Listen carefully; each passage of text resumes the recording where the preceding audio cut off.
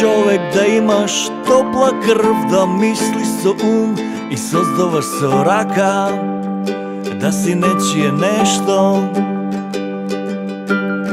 да сонуваш за среќа, да бидеш среќен и да создаваш друг, да биде човек, а не машина.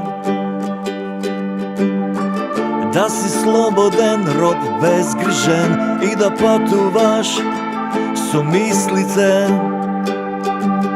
слободно. Да си голем, а дете мало, да си секогаш дете големо.